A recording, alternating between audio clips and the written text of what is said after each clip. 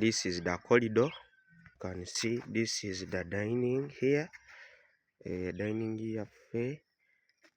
Here comes our chicken. Chicken here. This is the kitchen. Efumbiro lyaffe. There it is. Store yaffe.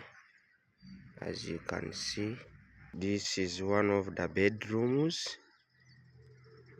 As you can see, eno nayo bedroom. Erinamu ka wardrobe nga bw'okalaba kaako.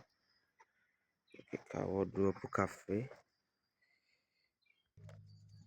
This is the aerial view. Erina ebisenge. Ekyo ky'ekisenge ekisooka.